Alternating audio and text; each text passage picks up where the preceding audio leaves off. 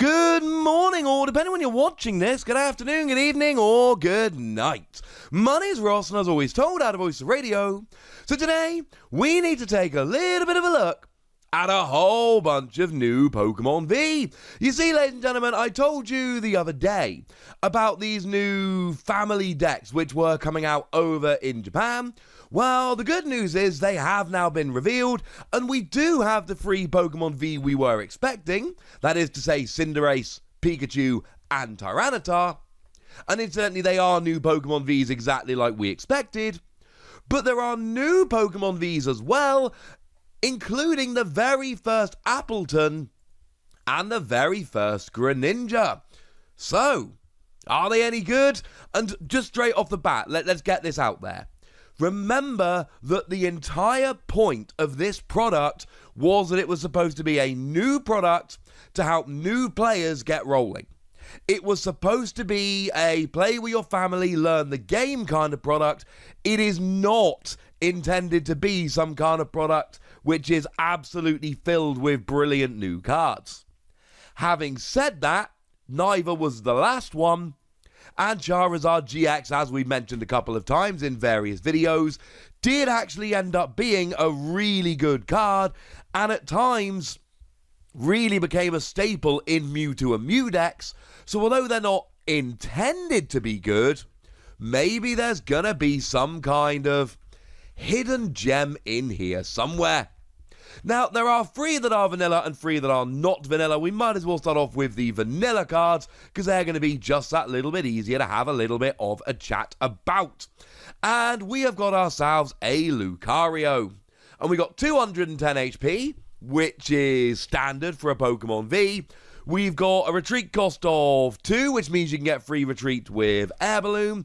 We've got a weakness to Psychic, which it's honestly fine because Mewtwo and Mew's rotating out. And you are a fighting Pokemon, which means weakness against stuff like Crobat, etc., which is nice.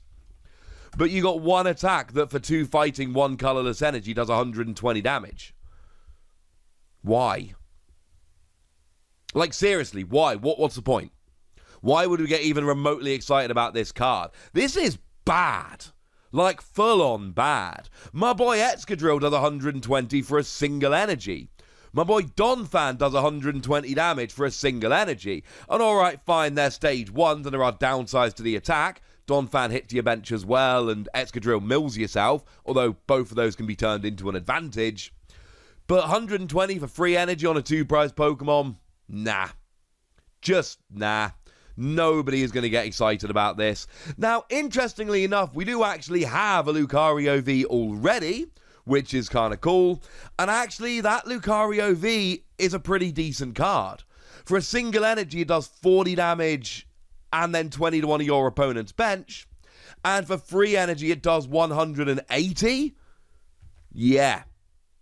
I don't mind Lucario V. I do mind this Lucario V. We are getting ourselves a vanilla version of Tyranitar. And again, there's just not much to look at here. The 230 HP is incredibly high. We like that very much indeed. Weakness to grass is one that's not going to be hit very often, so it's not looking terrible. But we got free energy 80 damage, which isn't particularly good, and 4 energy 150 damage, which isn't particularly good. It's far too expensive. If we look at the previous Tyranitar V, then we've got significantly better attacks. I mean, we're looking at free energy, 60 damage, discard top 2 cards of your opponent's deck, which incidentally is less damage, but you're also milling them, or 4 energy, 240, and discard the top 4 cards of yours. And okay, fine, you got to discard the top 2 cards of yours, but you're also doing an extra 90 damage. I think you'll be alright. Not to mention that the fact that you're a single strike Pokemon means you can use Houndoom to accelerate energy, single strike energy to be accelerated by Houndoom and do extra damage, etc. You get all of those tricks. So again, this is a significant downgrade on the existing Tyranitar V. And the other vanilla card we see is a Pikachu V, which of course is interesting because for anyone keeping count, that actually makes it 3 different Pikachu V from which we can choose. And bear in mind, we do have a Pikachu VMAX running around, so it is absolutely possible that we would want to play a Pikachu V just so that we can get Pikachu VMAX rolling along. Is it any good? Could it displace some of the other ones we've seen so far? I'm going to be honest with you. The answer to all of those questions is probably not. You see, what we've got here is 200 HP, which admittedly is actually the highest of all the 3 we've seen so far, which I find kind of interesting. The other 2 have 190, so, there's that. Nice low retreat cost of 1. The weakness to fighting does sting, because like we said, that is not a great weakness right now. But we've got single energy 20 damage, or free energy 100 damage. And again, I just go back to why. The very first Pikachu V we had, the promo, was 1 lightning energy 30 damage, so that's more than here. Or 2 energy 30 damage for each of your bench Pokemon. And if you fill up your bench, that is 2 energy 150. Clearly a significant upgrade over this. The Pikachu V we got in Vivid Voltage, which incidentally was also reprinted as a promo for anyone that's interested. 1 energy, search your deck for 2 lightning energy and attach them to this Pokemon. Although again, like I always say, that leaves you just sitting in the active ready to take a hit. You've been warned. And then free energy, 200 damage, discard all energy from this Pokemon. There are reasons to play the other 2 Pikachu V, there isn't really a reason to play this one. But then we get to our non-vanilla Pokemon V, and we might as well start off here having a gander at Cinderace. Now, of course, we have had Cinderace before, and actually, not unlike the Pikachu, we have actually had 2 different Cinderace V, and we've got ourselves a Cinderace VMAX. In fact, we've actually got 2 Cinderace VMAX as well.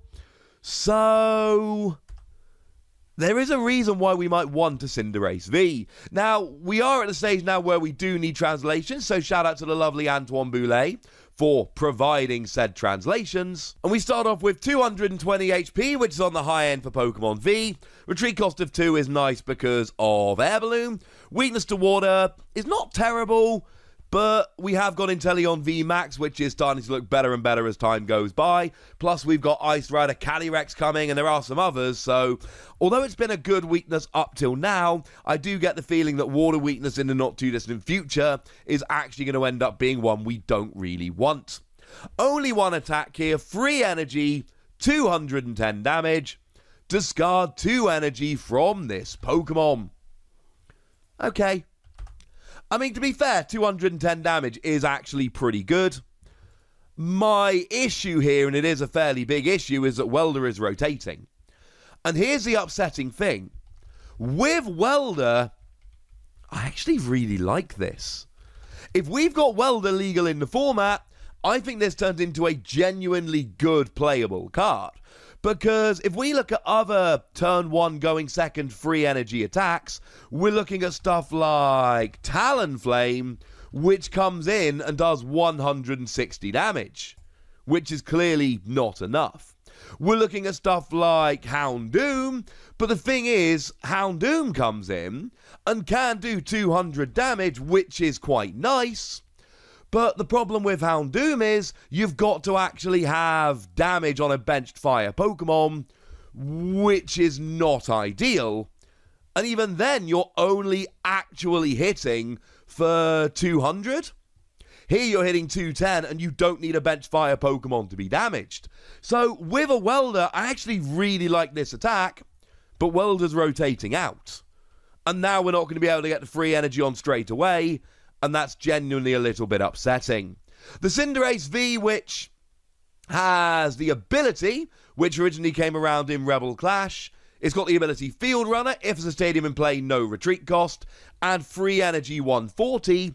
I actually like this more than that one. Fine, you can have free retreat, but like I said, air balloon's a thing. And yes, I know this new one's got to discard 2 energy, but 210 damage is really kind of good. Now, the other Cinderace V is actually one that came around as a promo, and it's out in Japan. It's not out over here yet. It is a single strike Cinderace, and we got 2 energy, 50 damage, or 4 energy, 210, and you can't attack next turn. Although again, with Welder being a thing, this actually makes a huge difference, because Welder energy, you're attacking straight away.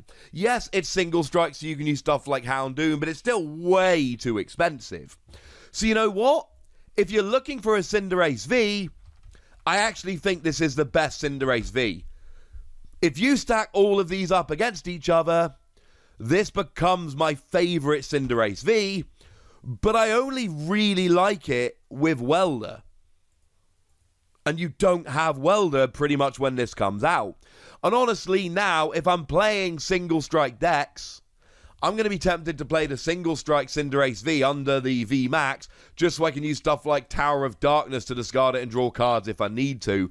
But I talked about finding hidden gems in Expanded or before Welder goes away. This is the best version of Cinderace we've seen, and that's kind of cool. Now, the other two are brand new Pokemon that haven't had Pokemon V so far, so we can't be doing any of our comparison malarkey. We've got Appletun V, and I know Appletun's a fairly popular Pokemon. There are going to be a bunch of people that have been waiting for it. Also, I haven't pointed it out yet, so remember we've got the cool little set symbols down there. So, for instance, if you look at Flapple, you've got a lovely little Cinderace symbol, like Cinderace does, and then just very quickly, Pikachu and Greninja are in the Pikachu deck, so get the Pikachu symbol, and Tyranitar and Lucario are in the Tyranitar deck, and have the Tyranitar symbol. Hadn't pointed that out yet, and I was going to forget if I didn't do it now. Back to Appletun then, what do we see? Well, 210 HP is about right. Retreat cost of 3 is annoying. Weakness to fire is actually not terrible, because Welder's rotating out, and sure, Victini VMAX will be hitting you for weakness, but Victini VMAX is going to get a one-hit KO whether it's hitting you for weakness or not, so don't worry your pretty little head about it. But then we got 1 energy, 30 damage, which is uninspiring to say the least, and what is actually super annoying about this, and this genuinely does upset me, it doesn't get a one-hit KO on a Galarian Zigzagoon. Because that is actually a very widely played Pokemon with 70 HP and a grass weakness. So there would be donking opportunities if your opponent couldn't get a second basic, and then you went second, attached an energy and got a KO.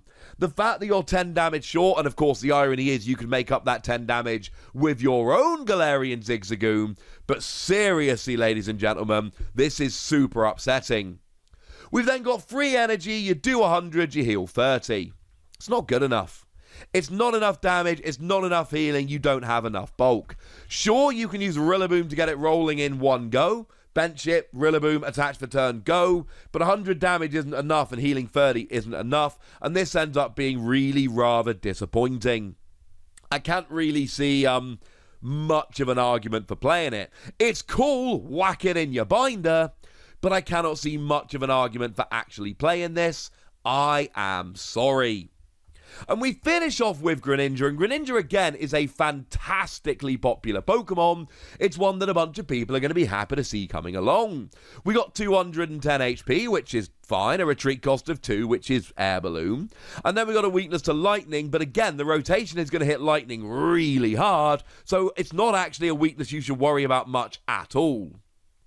But then we get to the attacks. 2 energy, 40 damage. Now, I know I said I wanted Appletun to do 40, and I do, but 2 energy, 40 damage on a 2-prize Pokemon? Nah. Not even a little bit. We do know, and this is a fun little side note here, we do know that Greninja is going to be getting a V-Union. We don't really know what V-Union is, but I think it's probably fair to say that whatever Greninja V-Union is going to be, it's going to be a little bit better than 2 energy, 40 damage. We've then got 3 energy, flip 3 coins. This attack does 80 damage for each heads. And again, I just can't get on board with this. Now, funnily enough, just the other day, we looked at Jolteon V, And I actually like this more than Jolteon V. Jolteon V, for anyone that's forgotten, flipped 4 coins and did 60 for each heads. Whereas this flips 3 coins for the same attack cost, essentially, or the same equivalent attack cost. Okay, there's one more coloured rather than colourless, but it's basically the same. And you do 80 for each head. So I like this better than Jolteon V. And you are rewarded Pokemon, so you can accelerate energy with Frostmoth, for instance, which is kind of lovely. But honestly, I don't think this is one we're going to be getting terribly excited about. I do genuinely like it as a one-off in a Frostmoth deck, just for I need to hit 240 right now, maybe I'll flip 3 heads. And don't get me wrong, I don't like it because I think it's going to work. I just like it as an emergency. You can always play Glimwood Tangle, of course, to let yourself reflip if you don't hit enough heads, but you're still not likely to hit 3 heads. But actually, if we look at all of these together, yeah, most of them are kind of rubbish, but Cinderace is the best Cinderace we've seen so far, and Greninja's second attack is not completely terrible, especially in a format where we've got plenty of water energy acceleration. Those two alone make me a little excited. But I want to know what you think. So let me know in the comments section, would ya? Go nuts! Be nice! And then make sure you like this video, subscribe to this channel, follow me on Twitter at TheWasi, and Twitch for some live action at twitch.tv/PTCG Radio. If you want to support the channel, get some bonus podcasts and all that good stuff, head on over to patreon.com/PTCG Radio, where you can do exactly that. But by far the most important thing is always, look after yourselves till next time, would ya? Thank you very much for watching. My name's Ross, and you've been watching PTCG Radio.